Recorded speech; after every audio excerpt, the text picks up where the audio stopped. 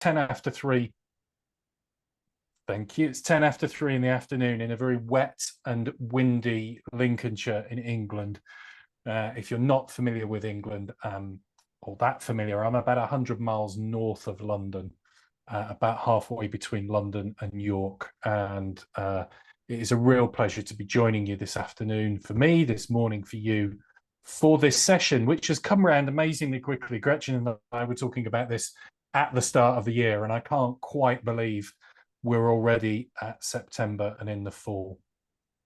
So if you haven't come across me before, prior to COVID, I was a regular visitor to your fair shores, and I'm actually going to be making my first trip back in just a couple of weeks. I'm really looking forward to being in Philadelphia and also in Ontario, chairing the hybrid conference with Alive and VMPC and Better Impact. And for any of you who are part of the crew that are associated with MAVA in Minnesota, very much hope to see you at their annual members meeting in a couple of weeks' time, where I'm going to be presenting as well.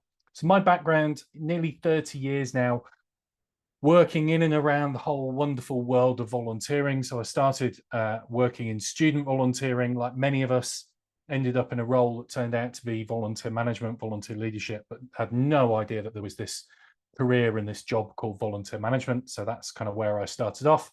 Worked for some of our big household name charities here in the UK, progressively working from kind of operational up to regional responsibility and then national responsibility, and then took on a senior leadership role at Volunteering England, which the kind of closest equivalent in the United States would be something like Points of Light. Was there until 2011, and I've been freelance ever since. So I do a lot of writing, speaking, training, consulting on volunteer engagement, particularly around volunteer strategy and how the world's changing and what that means for volunteer engagement. And I've been doing that for a long time, not just because the world's changed a lot in the last 3-4 years. And I've had the great pleasure and privilege, as I say, of working in both the United States and Canada, as well as Australia, New Zealand, and across Europe. And I very much hope to be making more regular visits to all of those different shores now that the pandemic is fading into the background. And if you've got a slightly different view of my office where I'm standing at the moment, as Karina from Texas will tell you, because Karina is one of the fabulous volunteers on Engage, which I'm the editor-in-chief of, you would see around me, because I'm old school, piles and piles of CDs, books, because that's a particular interest of mine. Thankfully, the dog is quietly lying in another room. And I suppose probably one of my biggest claims to fame was being a roadie for a number of years whilst I was at university. So for some quite big, well-known bands as well. But what happens on the road stays on the road. So that's all I'm going to say about that. Okay, so let's get into the session. I'll just kind of share some quotes with you and some stats with you from the UK as to why I think this issue of recruitment isn't the answer, is something that we need to think about. And what I'll do is I'll work through the presentation bit of this, which should take probably until the top of the hour.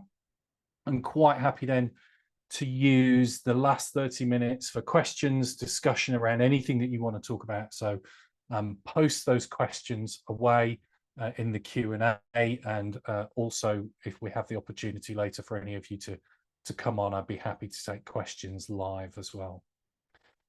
So some research that was done here just this summer, actually, by 2 organisations, Pro Bono Economics and Nottingham Trent University, just right down the road from me, found that in the United Kingdom, 6 in 10 non-profits say volunteer recruitment over the past year has been difficult. And since November last year, the proportion of small organisations who've said it's their main organisational concern has grown from 45% to 63%. A third of charities cited the cost of living crisis, so the inflationary pressures that we've been living under here, which in the UK have been particularly acute, not just because of our proximity to the conflict in Ukraine, but also as a lasting legacy of our decision to leave the European Union in 2016. That cost of living crisis has been an issue for volunteer retention, with almost 20% of organisations saying that it has made volunteer recruitment more difficult. And just over a quarter of non-profits cited a lack of organisational capacity as a key issue preventing volunteer recruitment. And 1 in 6 said they lacked the resources to retain those volunteers as well. So whilst that may well be kind of up-to-date data in the UK, I'm sure even if the figures might be different in your local community, in your state, in your province, in your part of the world, the overall trend will be familiar to a great many of you. It feels like it's harder to get people to volunteer, particularly after the pandemic, and it feels like it's harder to get them to stay as well when you do get them into volunteer.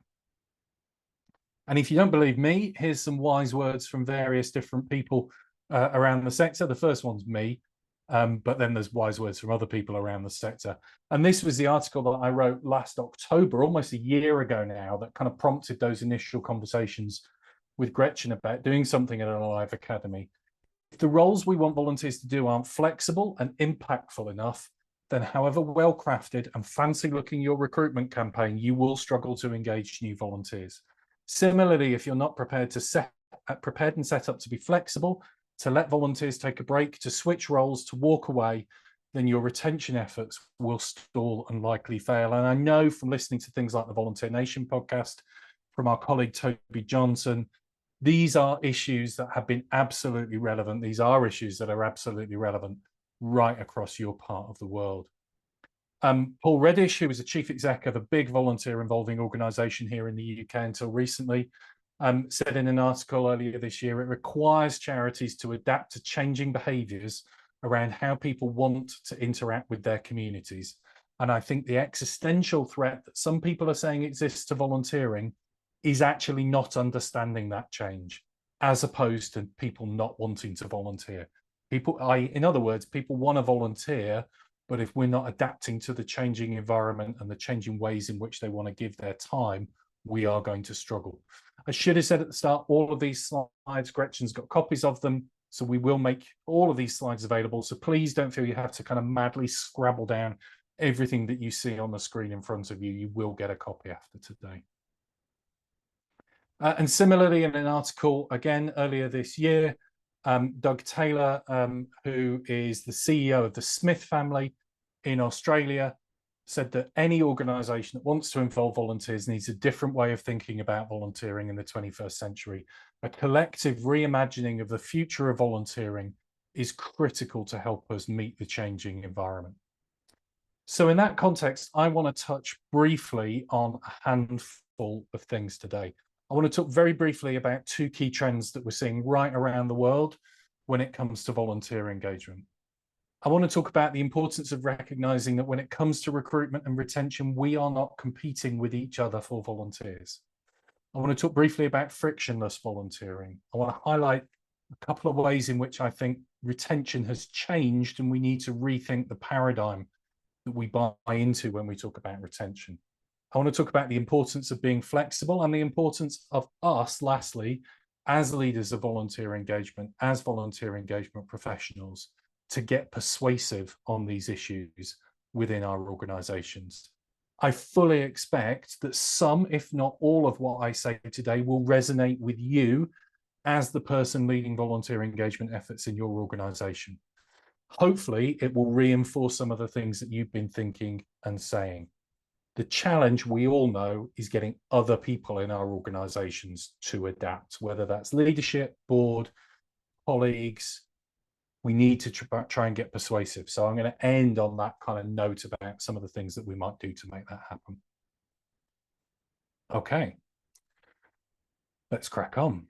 So 2 key trends that we're seeing right around the world when it comes to volunteer engagement. And we've been seeing these trends, let's be really clear, since before the COVID-19 pandemic really kicked in March of 2020.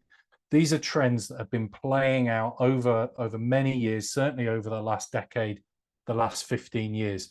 What happened with COVID is it accelerated these trends and it accelerated the impact of these trends. So the first one is that we are seeing a plateauing at best, or more likely a decline in the proportion of our national populations who are engaging in formal volunteering. That is volunteering through an organisation rather than informal volunteering, which, as I'm sure many of you know, is the kind of good neighbourliness, helping people out, the random acts of kindness. And those declines have accelerated as a consequence of the pandemic. So if we look at the UK data, for example, and the reason I use the UK data is because the last lot of US data that was published only covered the period up to around about the fall of 2020. Whereas in the UK, we do an annual snapshot survey, and that survey has been conducted every year for the last 22 years. So as far as I know, it's the most bang up to date data kind of globally, but it's just giving you an illustration really of the kind of validity of some of what I'm saying, even though it's not in your national context. We're seeing the lowest reported rate of formal volunteering recorded ever in those 22 years, and it's 18% lower than a decade ago. So we've seen an almost 20% drop in the proportion of people formally volunteering on an annual and on a monthly basis. It's around about a drop over the last couple of years of 2 million people, 2 million fewer people out of a population of some 65, 70 million people coming forward to volunteer. And what we're seeing as well, what we've started to see, is that decline creeping into informal volunteering as well. So there was a boom in informal volunteering, some believe, during the darker days of the pandemic. We'll come back and talk about that later. And it was hoped that that would continue afterwards. The official data, at least here in the UK, is showing that decline. Canada is seeing a decline. Australia is seeing a decline. New Zealand's seeing a little bit less of a decline because their volunteering is a bit more robust than some of those other territories. And it's really difficult in the US data to really kind of assess because the trend data stopped being published about 8 years ago now. And so what we get is we tend to get annual snapshots on a state-by-state basis. So you can see, as I'm sure you know, those levels going up and down, but it's always really difficult to kind of pin down exactly what those changes are and how they are doing that. Michael, thank you for making the point that you're not seeing those stats. Absolutely. Oh, no, you won't see the stats. I get your point. You won't see the stats on the slide. I didn't want to publish loads and loads of data and go into all of that for you, just because it tends to confuse the situation and we don't have a lot of time. But when it comes back to the questions, if you want to pick that up, I can easily switch slide decks and go full data geek and share all of that with you if enough of you are interested in seeing that. The other thing that we're seeing globally is people are giving less time when they do volunteer, and that amount of time that they are giving is getting smaller and smaller and smaller. So gone are the days for most of us now of expecting people to sign up to volunteer on day one and commit the next 20 years of their lives for 2 days a week. That kind of model, that approach to volunteering has disappeared. And it's really important to say that doesn't mean people won't make a long-term commitment. It's just that you are finding it, as I'm sure you all know, much harder to get them to make that long-term commitment on day one. It requires nurturing, stewarding of that relationship between our organizations and those individuals before they make those long-term commitments. My favorite example of that was a lady I got the pleasure of working with many years ago now, a lady called Janet, who at the time was a trustee of one of our biggest childcare organizations here in the UK. Excuse me. And her first volunteering experience had been in helping a friend to organize a fundraising coffee morning. And over time, 10, 15 years, her relationship with that organization had been cultivated. So she spent a little bit more time and a little bit more time volunteering. She started to organize her own coffee mornings, got more and more involved until eventually one day they asked her if she would become a board member. And at that point, she would have been quite happy and indeed did say yes to that. But if they'd have asked her that on day one, there's no way she would have been a board member. So we need to recognize it's getting harder to get people to come forward and volunteer. And when they do, it's getting increasingly unlikely that they're going to make a long-term commitment. Let me just have a mouthful of water, get rid of this frog in my throat. I just realized as I said that, I hope frog in my throat is a colloquialism that carries across the Atlantic. Otherwise, you have no idea what I'm talking about. The second thing is we need to recognize that we're not competing with each other. So one of the things that we know whenever we read research on why people volunteer is that they say that they do it because somebody asked them to, that word of mouth. What's less well known is that when we ask people why they don't volunteer, one of the main things that comes out, certainly in the data here in the United Kingdom, is not things like, I don't have time to volunteer, but it's, I have other things to do with my spare time. In other words, for a long time, that decline in volunteering can in part be attributed to the fact that people are choosing to spend their spare time doing other things other than volunteering. So volunteering tends to be an activity we do in our discretionary leisure time. We all feel more time pressured than we ever did before. And so we're using that spare time more preciously. We're treating it more preciously. And that means sometimes for some people, volunteering is being squeezed out of the equation. And one of the big problems have been that is that it means that we start to set ourselves up as, I need to find my volunteers. And if I don't find my volunteers, the organization down the street from me or on the next block over or in the next town over is going to snaffle those people up. And it's actually really important to understand that because people are saying, I have other things to do with my spare time, we're not competing with each other. We're competing with those things that people can spend spare time doing. So if you were in a part of the world that experienced lockdowns during the darker days of the pandemic, you will know that we were prevented from doing the things that we maybe love doing, going to the cinema, going out for a meal, seeing friends and family, going to a sporting event, any of those kinds of things. The moment those lockdowns lift, immediately, that's what we want to get back to. We want to go back to doing those things, to traveling, to having all the freedoms that we had before lockdowns got in the way of the way we live our lives. And so we prioritize those things even more.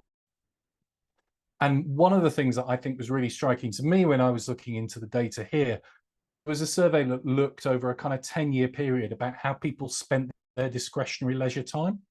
And the aspect, the activity that they spent more spare time on than they had done a year beforehand was quite surprising for me. It was Netflix, Disney Plus, HBO, Hulu, Apple TV, streaming, mass media. And when you think about it, it kind of makes sense. We get home from work at the end of the day if we have to go into an office, or we finish work at the end of the day when we're working from home. We sort the kids, we sort the family if that's a part of your life. And pretty much all the energy you have left at the end of the day is probably just to sit in front of the TV and watch The Mandalorian or whatever the latest streaming sensation is, rather than go out and volunteer. And when we get this understanding in our minds that we're actually trying to compete with other things, it opens up all kinds of opportunities for us to collaborate with each other.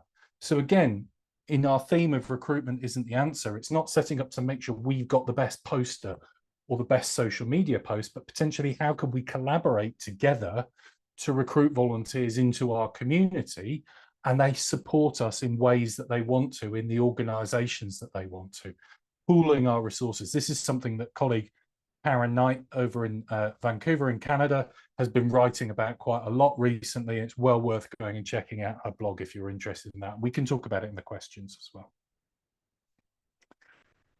So the next area I just want to highlight is frictionless volunteering. And this is a kind of a phrase I kind of coined for myself back in the summer of 2020, based on my experience of what happened during those early days of the pandemic. So when everything here in the UK kind of locked down nationally on the 23rd of March, 2020, within a day, a new initiative was announced called NHS Volunteer Responders. So this was people who could volunteer in their local community to deliver medicine and food to people in their own homes, particularly those who were deemed to be particularly clinically vulnerable from COVID-19 and therefore couldn't get out. 750,000 people applied to volunteer in that initiative within the space of just a small handful of days. The application process was name, address, telephone number, email address, and a scan of your passport or your driving license. And that was then submitted into an app, and then within 24 hours, you were approved to volunteer. That was on the formal side. On the informal, good neighborliness side, where everything was done through mutual aid groups, the recruitment process, which was normally conducted on something like WhatsApp, went a bit like this. Recruiter would say, are you interested in helping out? We've got this need in our community. Potential volunteer would say, yes. Recruiter would say, fantastic, here's your assignment. No application forms, no criminal record screening, no references, no paperwork, nothing like that. And all of a sudden, people are approved to volunteer. Hence frictionless. It was done easily with little or no bureaucracy. As those lockdowns eased, we went back to the way that we did it before COVID came along, which is putting in place the systems, the processes, what somebody called Velcro volunteering, the forms, the paperwork. Now, don't get me wrong, in many environments where safeguarding might be a priority, or you're in a legislatively regulated environment, like hospice care might be over here, you have to put certain things in place. You have to put those systems and processes in place. The question I think we need to be asking ourselves, because I think this issue is going to be with us for a long time, is do we need all the systems and processes that we did before? Why, for example, do we ask the same questions on an application form that we ask when we interview a volunteer? Couldn't we just do the interview and fill the application form in with that volunteer collaboratively? In fact, I know organizations that have taken that approach. Not only have they found it's more frictionless, it's an easier experience for potential volunteers, but equally, one of the things that they found is that anybody for whom maybe English is a second language, maybe anybody with dyslexia or some kind of challenge like that, suddenly finds it a lot easier because they don't have to fill loads of paperwork in. So number one is, how can we smooth out that process for people and still retain our safeguarding approach? And number two is recognizing that if people's first experience of volunteering during the pandemic was that frictionless one, we are going to have to work a lot harder to help them to understand why we put the barriers in place, because they're going to see those barriers and then they're going to leave quite quickly. Big piece of research just came out in the summer here in the UK, which found that a growing number of people are now reporting that their volunteering feels too much like paid work, and recruitment is a big part of that. So how can we change our systems to make it feel more frictionless whilst balancing out those needs for safeguarding? The next point I just want to quickly touch on is around retention. And I'll spend a little bit more time on this because I think it's really important that we need to understand that retention has changed. So when we use the language of retention in our profession, the subtext to that quite often is that we want to get people and then we want to keep those people for as long as possible.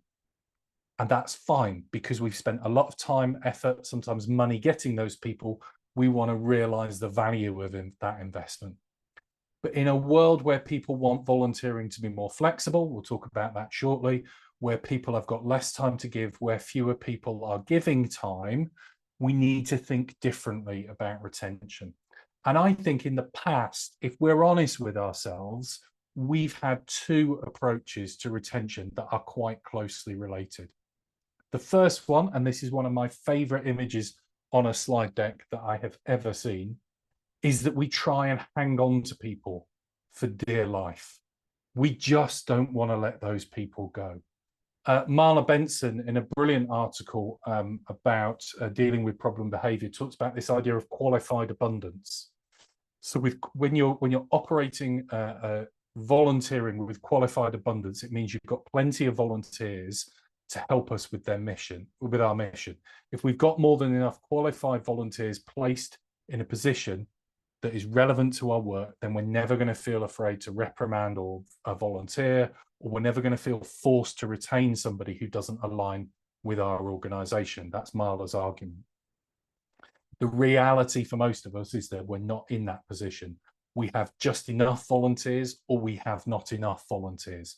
So the temptation then is to just hang on to people for dear life, even when they're the right people. We fear losing people because we know how hard it is to find new people. The other approach that we do, and I've done this, so this is not Volunteer Managers Anonymous where we all confess to this, but I'm sure some of you will have recognized this in the past as well, is we guilt trip people into staying. Because we fear losing people, we try and make them stay by guilt tripping them. You know the kind of thing, if we're honest with ourselves, you can't possibly leave. You can't possibly take that vacation. You can't possibly take that sabbatical. How would we keep things going without you? You're so important to us that we can't let you go. We need you to stay. It's like my friend from years ago who volunteered to help out as a youth group for children and young people. And he offered to help, Paul did, just for a couple of weeks. He was still there 14 years later, because it was one of those things, if you leave, we're going to have to close the group down. And so it was guilt tripping people into staying. And I think the reality for most people today is they aren't going to be guilt tripped. They're going to leave anyway, and they're going to resent being made to feel guilty, and so they won't come back. So if you're somebody like my dad, who likes to spend most of our Northern Hemisphere winters over visiting with my sister in much warmer climes in Southern Hemisphere, Adelaide in Australia, if he's volunteering and he's going to spend 3 months of the year overseas, and the organisation says to him, you can't leave, Norman, because if you leave, the organisation will fall apart without you, guess what? He's going. And he's never going back to that organisation. Whereas if the organisation says, Norman, go, have a wonderful time, and then they contact him when he's back, leaving a little bit of time for him to get over his jet lag, he's far more likely to come back to that organisation and volunteer again. And part of this is about recognising a really important truth that my colleague Carl Wilding shared. We have to recognise that they are not your volunteers. You are their organisation. And we talk about that a lot, don't we, as volunteer managers? My volunteers, our volunteers do this. They're not our volunteers. They're not our volunteers. They don't belong to our organisation. They don't belong to each of those different silos and departments within our organisation. They have chosen to support us. They are not your volunteers. You are their organisation. And so retention, we need to realise, isn't something we do to people. It's the outcome of effective volunteer engagement. That's why it's so hard to run a workshop on retention, because there isn't a kind of a thing that we do to make people stay. It's a combination of things that make people stay. It's a combination of things that make them want to choose us as their organisation. And one of the studies that was being done was done here in 2018, the results published in 2019, and then they did a follow-up in 2022 with the results published this summer with something called Time Well Spent. You can find it really easily if you just go online and go onto Google or your search engine of choice and type in Time Well Spent and then the letters NCVO for National Council for Voluntary Organisations, Time Well Spent, NCVO, you'll find the research. And it was a really good study done amongst 10,000 people in Scotland, Wales, and England, looking at what made for a good volunteer experience. And they found that there were 8 things present in all volunteer experiences that made them a positive volunteer experience for all the volunteers. And if you build these 8 things into your work, you will create a more positive volunteering environment for people. And it's even been built into our Investing in Volunteers standard. And I know, again, Toby Johnson, who runs Volunteer Pro and does the Volunteer Nation podcast, if you're a regular listener to that podcast or a member of Volunteer Pro, you will have heard Toby talking about Time Well Spent. She did a podcast on it just a couple of weeks ago. So these are those 8 things that we need to build in. So if I start from the top and work around clockwise, volunteering needs to be inclusive. It needs to be open and accessible and welcoming to everybody, not just to those volunteers who look like the existing volunteers or behave or think like the existing volunteers. It needs to be truly inclusive. Next one round is it needs to be flexible. It needs to be adaptable. It needs to fit around people's lives, taking account of how people who volunteer can give their time and the circumstances that they have going on. We'll talk a bit more about flexibility in a minute. It needs to be truly impactful. The volunteer needs to be able to see that through their gift of time, they make a positive difference. Tom and Jonathan McKee, who wrote the New Breed book, all about particularly engaging baby boomers and millennials as volunteers, made the point that for many years, what organizations like ours have been content to do is to allow volunteers to make a contribution. Today, they really want to make a difference, cliche as that is, and we have to find a way to deliver that kind of impactful experience for them. The next one is that the volunteer experience is connected. It gives people a sense of connection to others, cause, and organization.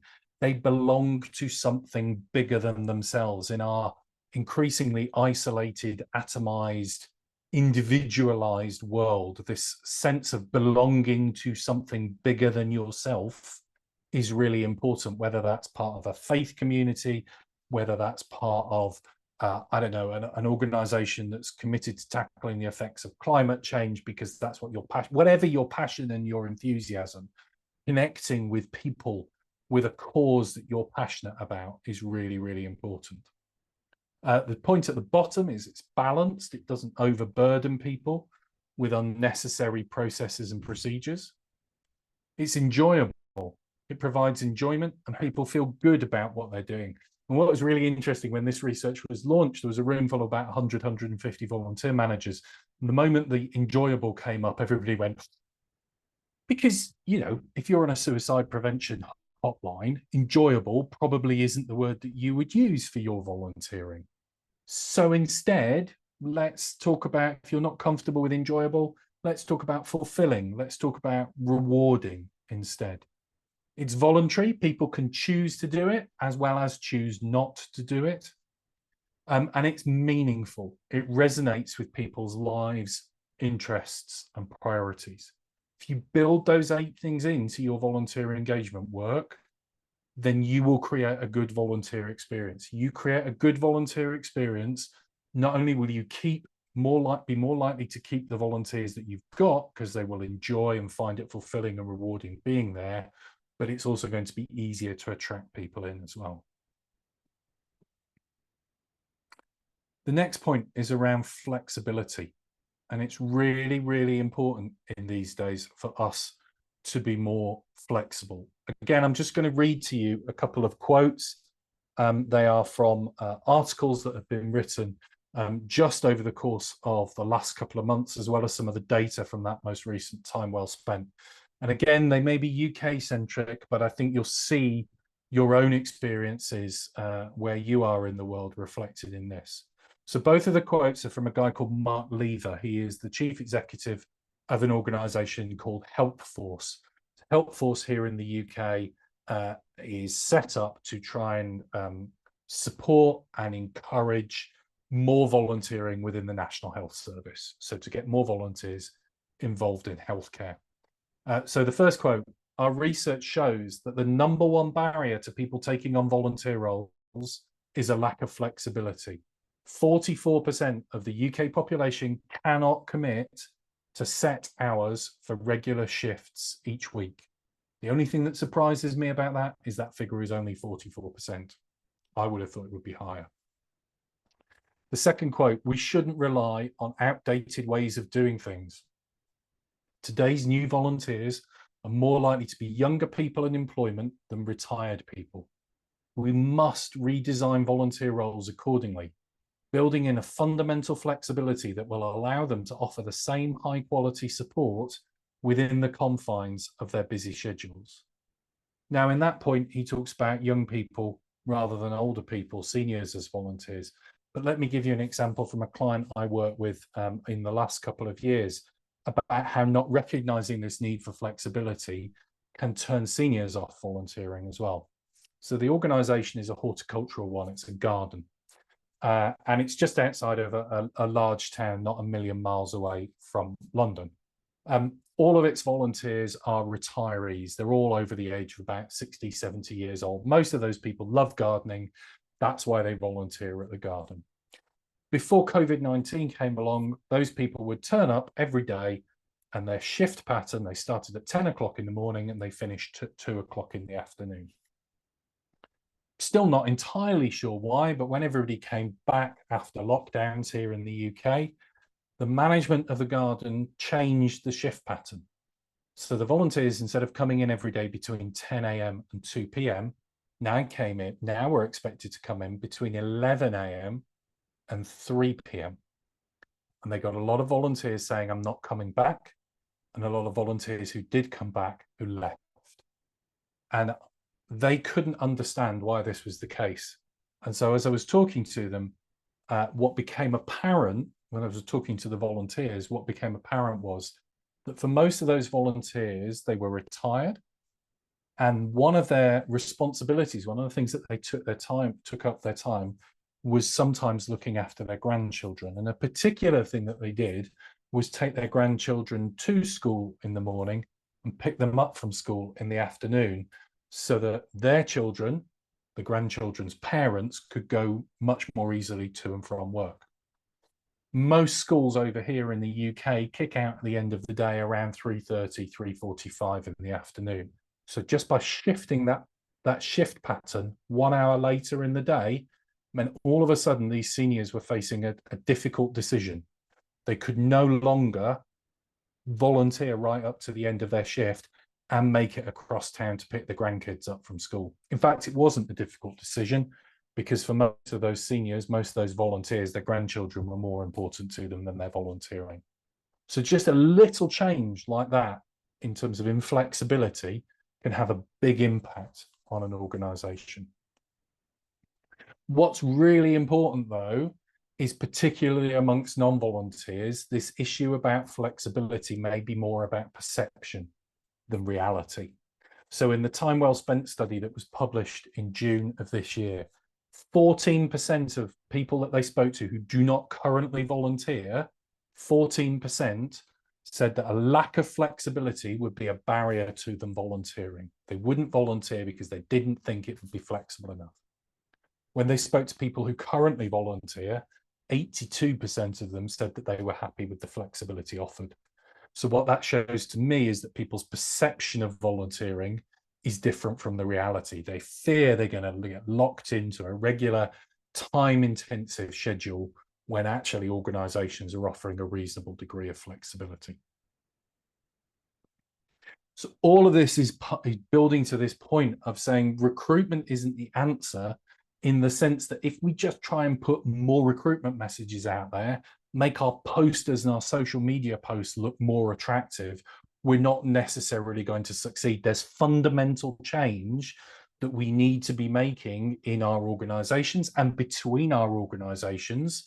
That point about collaboration that I mentioned just a few minutes ago, if we're going to be effective at getting people in and keeping them. And that therefore requires us to influence. It requires us to speak up and to try and help our boards and to help our leadership and to help loads of different people within our organizations to understand that volunteering today is not the same as it was 4 years ago. It's definitely not the same as it was 10, 15, 20, 30 years ago. And we have to adapt as a consequence.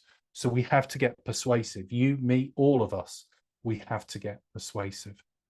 And my colleague Andy Fryer from Australia, who some of you will know, he was a frequent visitor to your shores until a few years ago. I love this quote from Andy. I think it's really, really important. He talks about the evolution of the profession of volunteer management and how we evolved from being a people profession to a paper profession.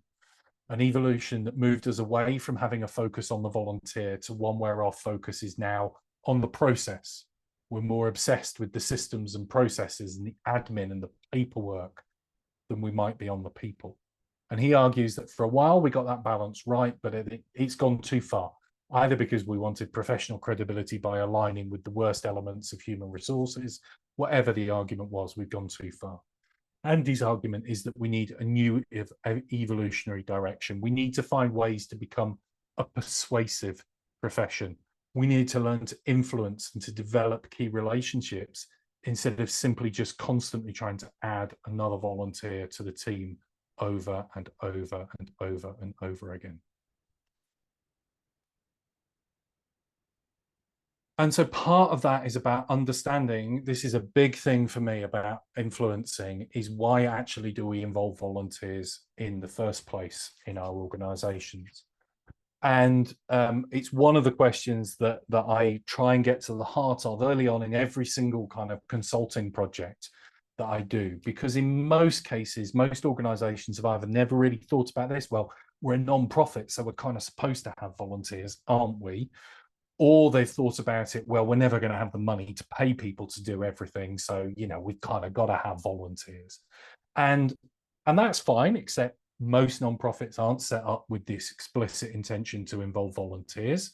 They are, I'm afraid, like you and I as employees, a means to an end, if we want to get really crude about it.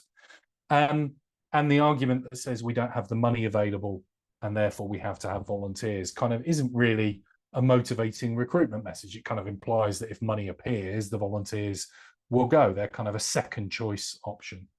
So instead, I really encourage organizations, I'd encourage all of you to think about, well, why do you involve volunteers in the first place?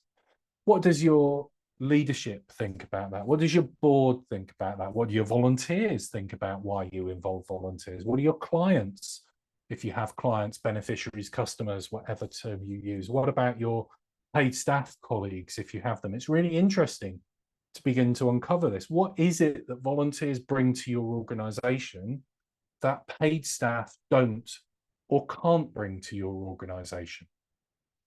I worked many years ago for a childcare charity, and we helped, one project we had, help young people who'd lived all their lives in the care system to make a transition into independent living.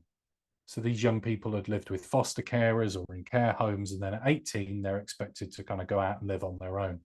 And we had a wonderful team of not very well paid, but very competent, very professional, lovely social workers who worked with those young people. We also had a team of volunteers who mentored and befriended them. What the young people said to us about the volunteers was that from the young person's perspective, those volunteers were the first adults in their lives that they could see who had ever wanted to spend time with them. The foster carers got an allowance, the social workers got paid, and therefore from the young person's perspective, they had to be there. The volunteer, by virtue of the fact that they were a volunteer, carried a credibility that we literally couldn't pay for. So that unsalaried credibility was really, really important in our work. So I really like to try and unpack those ideas. It's a really good exercise for you to do within your organization, to try and unpack those things.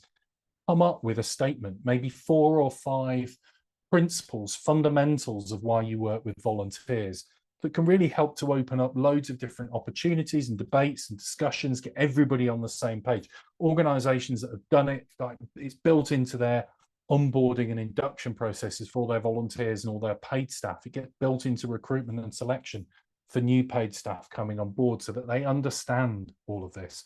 And I just want to share, with their permission, one example of such a statement that I developed with a client group, an organization called Sustrans over here, just 3 or 4 years ago now.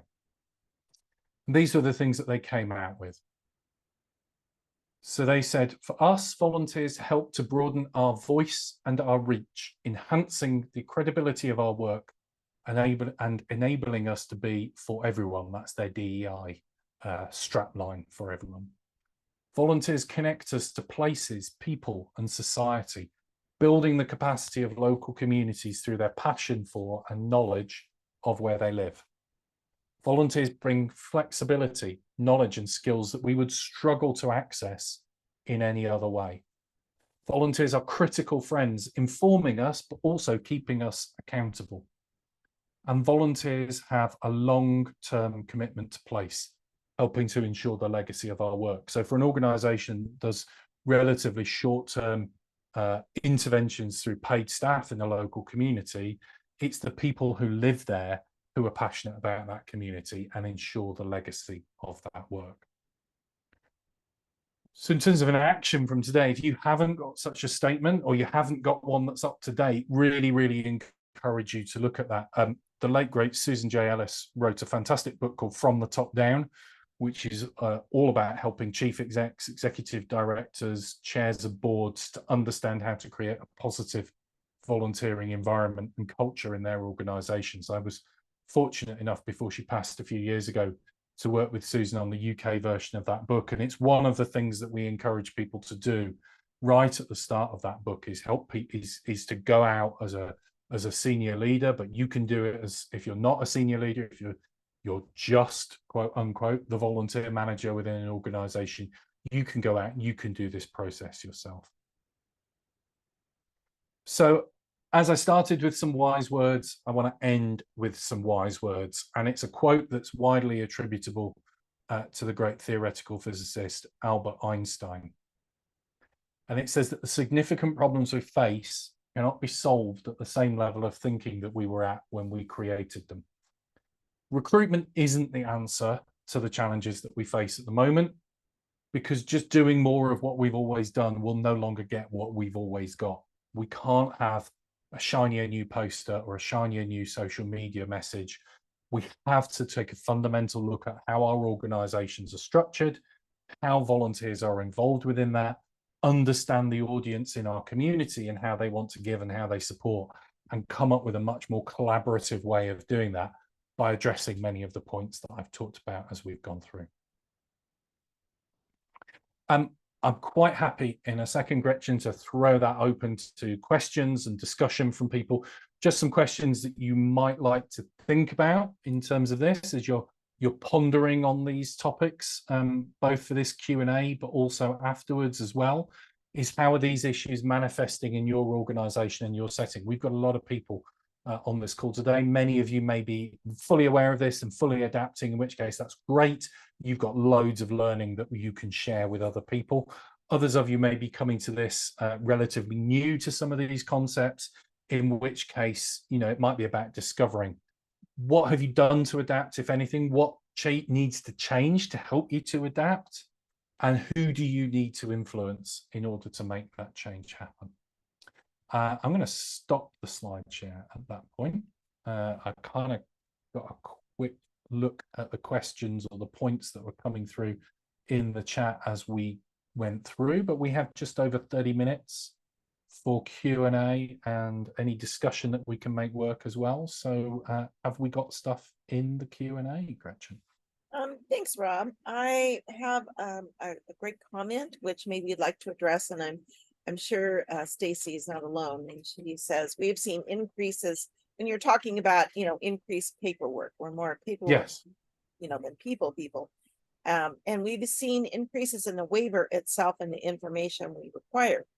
We're working on trying to get our sign-up process available to the public and more seamless, but there are a lack of IT resources at the moment. yeah. Yeah, it's difficult, isn't it? I mean, IT will help solve some of that. It will help solve and streamline some of that. My hesitation with it being seen, not that this is what you're saying, Stacey, but my hesitation with it being seen as a bit of a magic bullet is if we can make it work without the IT, then the IT will just be more effective. Not everybody's going to be able to access through the technology. We still need the non-online options for people in order to be able to engage. There's a political issue going on here in the United Kingdom about closing ticket offices at rail stations as a way for the rail companies to save money. And one of the things that's come out of that is a much greater awareness of how many people in this country don't have access to internet, don't have access to the kind of technology that they would need in order to be able to book their train tickets themselves without having to go through a ticket office. How did we get onto trains? Because IT isn't the magic bullet to everything. IT isn't the solution. So I think some of it is about recognizing the environment that we're working in. So if you're in one of those regulated environments, recognizing that you're a bit more limited in how you can change some of those things. And therefore focusing on the areas where you can improve. So maybe combining the interview and the application form in the same way. The other thing as well is I think sometimes it's about digging behind the issues to find out the reason why we need those waivers or why we're asking for 2 references. Because sometimes it isn't because we're in a regulatory environment. It's because our organizations, if we're honest, if they're honest, our leadership, our boards, and it's ironic when it comes from boards who are themselves volunteers, see volunteers as a risky prospect. You know, it's the kind of thinking that says because they're volunteers, they're more likely to break confidentiality. They're more likely to be unreliable. They're more likely to do things wrong and not get things right because, you know, the people that think that probably think that your job is to take the first 10 random strangers that walk past your office and drop them into a volunteer role without any training. And it comes down to what I honestly talk about as a prejudice against volunteers that assumes that because I've had one bad experience with a volunteer, all volunteers are like that. Right. And very common. pay does not equal competence. There are some very well-paid people in the world who are very, very bad at what they do. And there are some incredibly brilliant people at what they do who get paid nothing. So I think sometimes it's about looking for those teachable moments as well to challenge those assumptions. So why, if a waiver's not going to stand up in court, why do we need it in the first place? Maybe it's to reassure the board that volunteers are trustworthy. Well, there's other ways that we can do that, pointing to the number of incidents that volunteers have actually committed, for example, in the past. I've got a great follow-up to that, and then I do have a couple of more questions, Rob, so keep the juices going. And Stacy also says, and I'm waiting for your eyeballs to get big. This Stacy says, because we are not a revenue generating team, sometimes prioritization for IT can be a roadblock. Yeah. No, and you don't generate revenue, and you certainly don't want to talk about how volunteers help the organization save money. I wouldn't encourage you to go down that route as an alternative to that. But by the same token, if everybody stopped volunteering or you couldn't get volunteers in anymore, then the impact of that on the community and on the organization's cause and mission would be significant. It's an unfortunate consequence of the fact that the non-profit sector around the world measures its success and itself by the predominant metrics of our corporate culture, i.e. revenue generated, profit made, rather than what we should do, which is what actually we really claim when we say we're unique and different, which is the kind of social value that we add. So you'll get no disagreement from me, Stacey. Rob, so I have a great question from Melissa. And a comment, which I know you'll have more to say about. We struggle with convincing staff to re-examine the way they engage volunteers and how they can change processes to remove some of these barriers. They only seem to be able to react when there's a mini crisis. Yes. Yep. Or a big crisis like we've had in the last 2-3 years. And I think that's the thing. I think a lot of people look at it and think this is going to require a lot of work of me. I'm going to have to fundamentally change the way that I do things. This is going to be scary. Change is always uncomfortable and scary for people. But equally, we don't have very long memories because we did pivot. A lot of us pivoted. You as leaders and volunteers, many of your colleagues during the pandemic, to do things, deliver things in different ways. There was a huge amount of innovation happened in a very short period of time, switching a lot of our volunteering to online, maybe finally getting rid of the paper mailings and switching to MailChimp or something like that.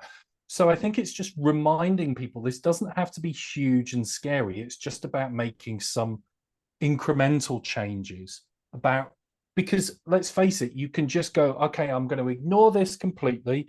And I'm just going to keep going with my 2 days a week for the next 20 years of my life model of volunteering in my team.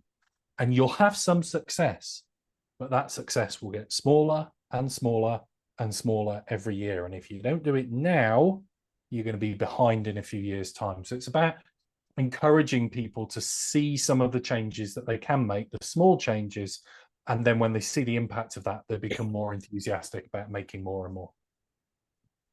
Melissa also says, as a follow-up to your talking about reducing the amount of touch Yeah. points. And she said, we recently mapped out the volunteer's journey, and it was eye-opening to see the number of touch points we adjust during the application through the onboarding process. It's a miracle that anyone sticks with this to the end. Yeah. Well, I don't know your specifics, but that's scary. But at least you're aware of it and you can see how you can address those touch points. The two things that I would encourage you to think about in that, number one is brilliant that you've done that volunteer journey mapping. Is there a way in which you can expand that into supporter journey mapping? So those touch points with your organization for people as a volunteer, are they similar? Do they parallel to, do they conflict with the touch points that your donors might have to your organization, or your members if you're a membership organization? Because the volunteer journey work's really important, but it's also recognizing how that integrates with the other ways that people can support. I had a wonderful conversation with a hospice fundraising director in the early part of this summer, where he was bemoaning how many of their regular donors, people who give like £5 a month to the hospice, were having to stop giving that money as a consequence of the cost of living crisis. And I said to him, so have you asked those donors if they'd like to volunteer instead?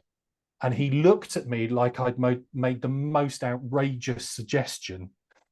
Yeah, mind blown, because they hadn't thought about mapping the volunteer journey alongside the supporter journey.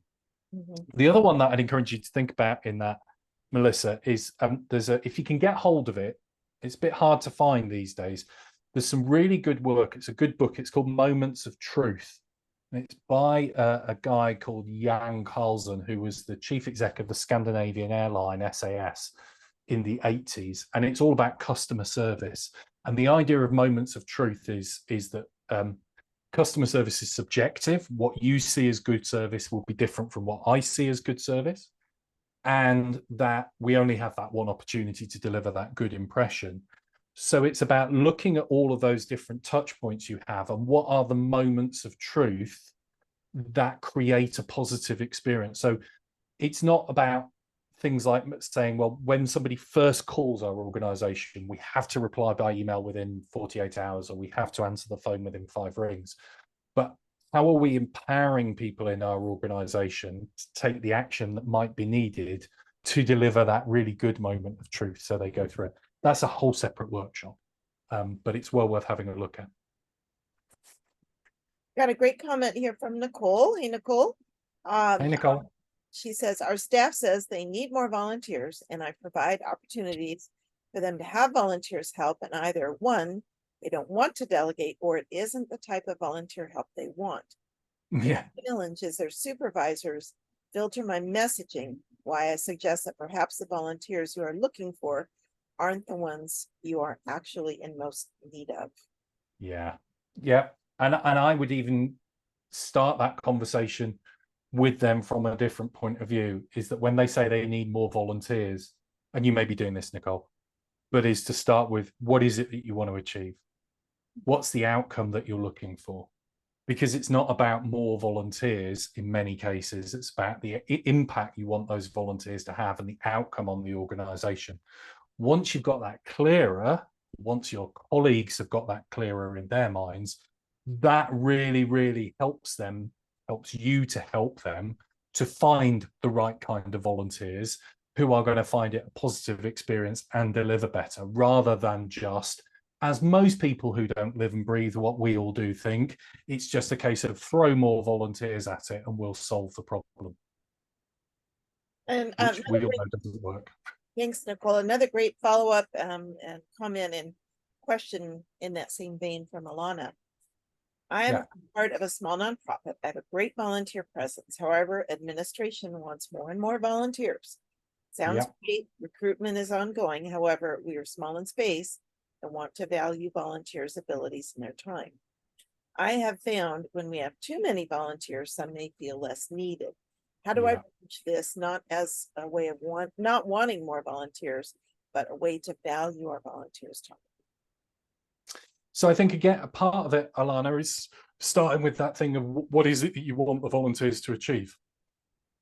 What is it that, I mean, you may know this, but get your colleagues to be really clear on what it is that they want those volunteers to achieve. Because it's not about, you're right, as we've just said, it's not about numbers.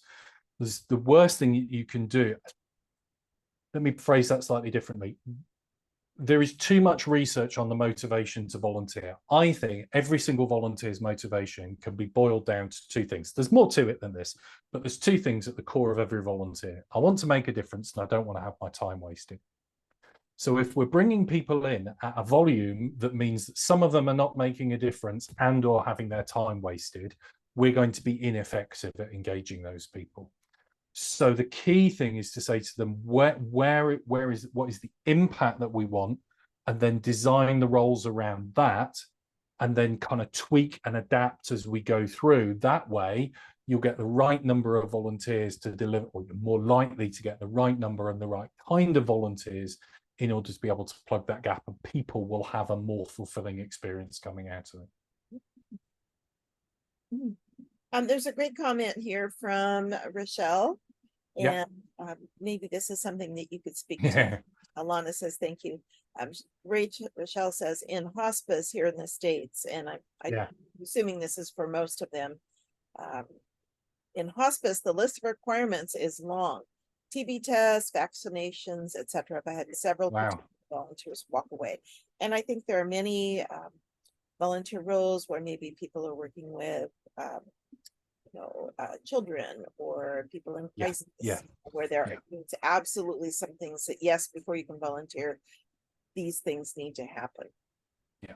And I would be the first person to say, if those are genuine requirements, like safeguarding, as we said, then they are things that you absolutely do not drop, because the whole point of having those things in is to protect the client group, is to make sure that you turn away unsuitable volunteers. I did some work many, many years ago now with an organization over here called Samaritans. So they are they're a free service. Anybody in the UK can access them. If they're known as like the kind of organization that people call if they're feeling suicidal. But if you're lonely, if you're alone, anybody can call Samaritans 24 hours a day. There will be somebody at the end of the phone to talk to you. And their volunteers are all recruited and trained to listen. They don't offer advice. They don't tell you what to do. They're there as a listening ear. I was doing some work with them a few years ago, and some of the volunteers from one of the branches in Northern Ireland said to me, we have a real problem with our recruitment and our training in that we lose a lot of our volunteers as they go through that process. I said, you don't have a problem. Your system's working. You're losing the people who are bad listeners and are not prepared to make the commitment that you need. So if you've got those kinds of things in place, they are a barrier, but they're there for a good reason. Mm-hmm. The key thing, and this is where the collaboration perhaps with other organizations comes in, is maybe you might not be able to offer those light touch, flexible, maybe more micro volunteering kind of opportunities because of the nature of what you do. So you find it hard to give people those things that they can do that you can then build into that long-term commitment. But there'll be another organization in your community that's really, really good at those kinds of things. So can you partner with them? Again, if they're not your volunteers, they're a community resource. How can you work and collaborate with other people, with other organizations, so that you're recruiting a pool of talent for your community that can help you and help in other ways too? Thank you. I'm looking here to see if there are any other comments or questions. Anybody else? We want to, let's see, here we go. Okay, and here's another one. Okay, not a fun one. Let's see. What do you say to someone when they say your processes are a reflection of white supremacy practices, when they're literally in place to protect those being served? Well, I think the first thing would be to just do a check. Thanks for that question, Nicole. I owe you one for that one. The first thing to do would be to check that they are actually not designed from a perpetuating a white supremacy perspective, or indeed, if somebody says that they are deliberately there as a barrier to people who could volunteer who have a disability, or whatever the kind of the context around DEI that would be appropriate in terms of framing that. So the first one is, let's look at it as an opportunity to learn.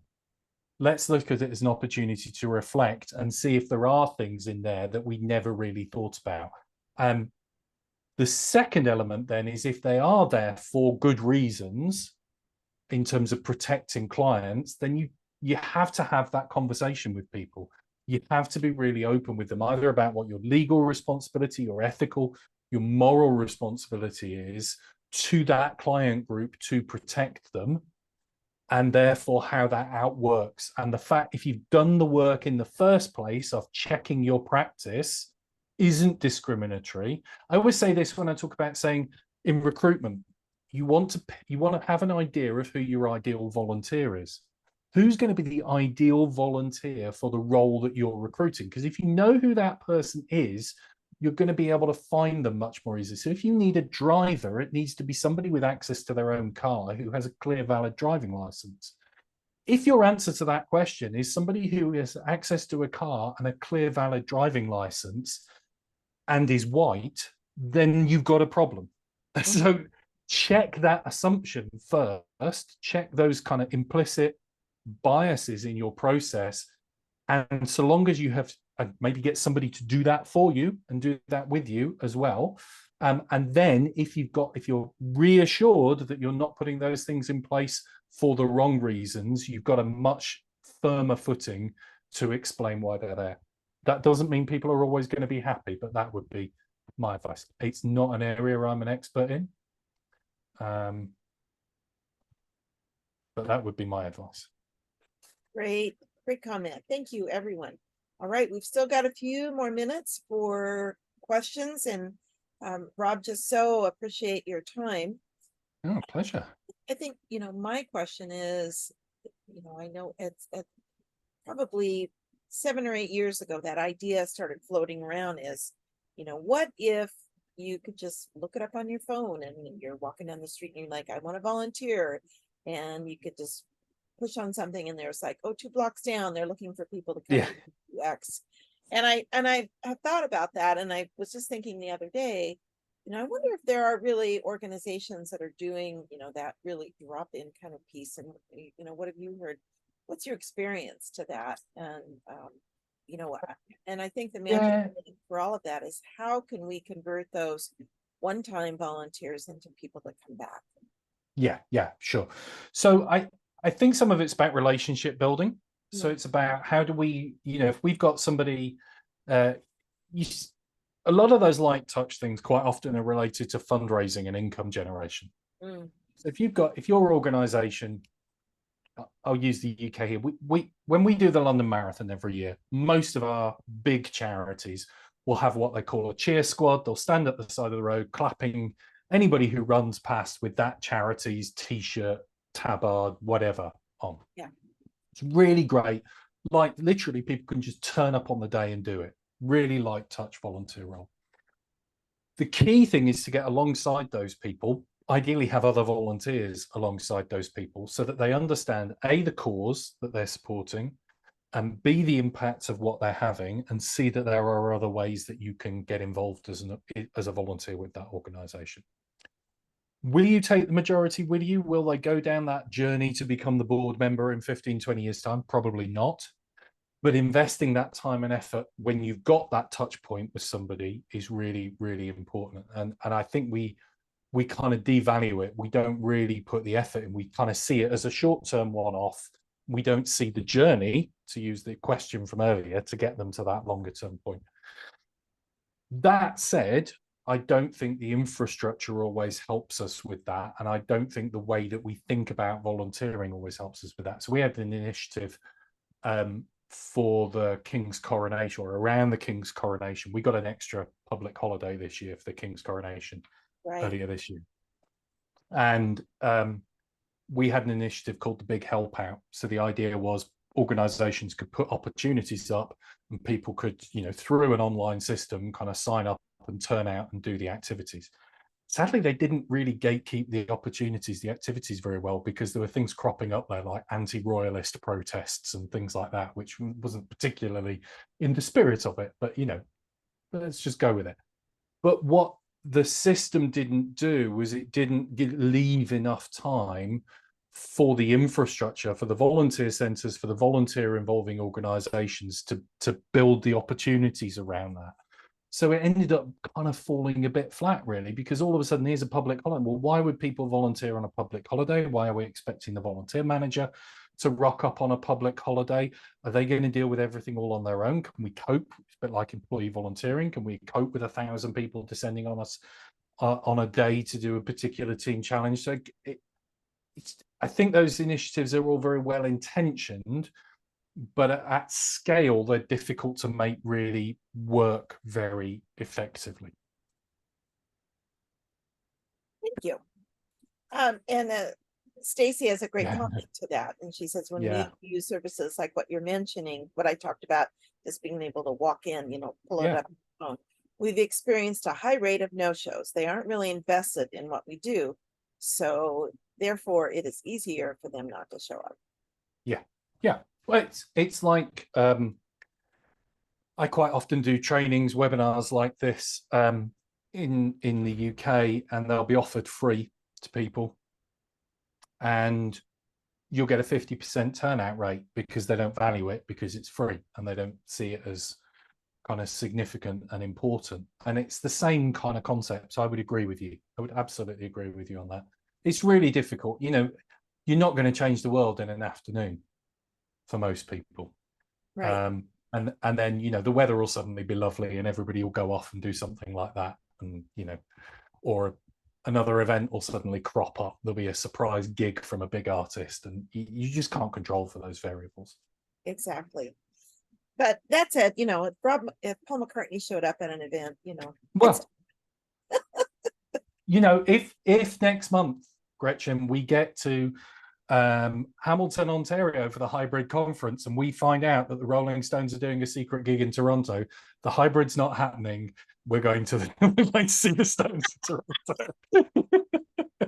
I don't disagree there, sir, not at all. So I'm going to segue to that and just bring up we don't have an Alive Academy in October because of the hybrid conference. So if you want to see more of Rob, I would encourage you to check out the website here. And Rob is our facilitator for our speakers this year. And this is all about leveraging technology in a human world. And we've got some subject matter experts to talk in various areas. And I know Rob will do a fantastic job with being able to, translate some of these maybe technical concepts, into what that really means for us. But we know that we just had a few more host sites register in the US. I think we're up to 86 host sites in the States, and I think 18 in Canada. So we're really excited about all of those folks. So if you can make your local host site, if you go to that website, you can see the host sites where you can go in person or participate virtually, or there's also an opportunity to participate individually with the whole group from the US and Canada. That'll be hosted by a representative from BMPC in Canada and myself. You want to say anything else about how awesome you're going to be here, Rob? If you're in Minnesota and you've not currently booked to come along to the MAVA members meeting, which I think is the 12th of October, let me just double check my diary to make sure I'm not letting Carl Meet down and giving you completely the wrong date. Yeah, it's going to be October 12th. Then please make sure you book into that. I'm going to be doing a session where we're talking about all the things that volunteer managers aren't thinking about. So we're going to be looking at things like the changing world of work and artificial intelligence. And then if you are interested, I am currently planning to be back over your side of the Atlantic in late April, early May of 2024. I'm currently booked to be doing a presentation for Nova in Portland, Oregon. Hello, anybody from Nova. I'm from Portland, Oregon. I think on the 8th of May next year. So if any of you are involved in a Dovia or a group that would be interested in having me coming and doing something with you, then please drop me a line. Hello, Chelsea from Nova. Please drop me a line. My email address and contact details will be on the slide deck. I'd love to talk to you about how I might be able to work with you when I'm over next spring. And thank you all for your contributions today. That. And I will say our next Alive Academy, Wednesday, November 8th at 2 p.m. And it's presented by Susan Sanow from Volunteer Fairfax, and it'll be about hidden biases in volunteer management. We'll be having registration opening for that shortly. We've just confirmed the date and time. And then there will be our annual Alive member survey coming to your inbox soon before the end of the month. So we hope that everyone will be take the time to participate in that, and really appreciate your feedback because it helps us improve your national association. And every year we take things into account to make it better. Well, let's see, we will say, and if you're not a member yet, we'll just put that slide up there, and that's all I'm gonna get. I'm not here to do the hard sell today, but we're so glad, Rob, it's just a pleasure. I cannot wait to see you in person. I'm looking forward to a hybrid conference together, and we've got some catching up to do, and glad that you are going to be in the States a couple of times within the next few months. So again, if you've got any other information, we'll be posting this on the Alive website on the members only side. And again, I just want to thank you so much, Rob, for your patience for today and for your fantastic expertise. And there's always more to think about. And I think it's great for our colleagues just to hear from you and maybe some affirmation of what they're really experiencing, but also some thoughtful ways to maybe look at things a little differently. So with that, I will end the webinar and just want to wish everyone a great day and to thank you all for the work that you do. And we will see you hopefully at the hybrid conference and then again in November. And again, thank you, Rob. Take care. Thank you, everybody. Have a lovely rest of your day. Bye.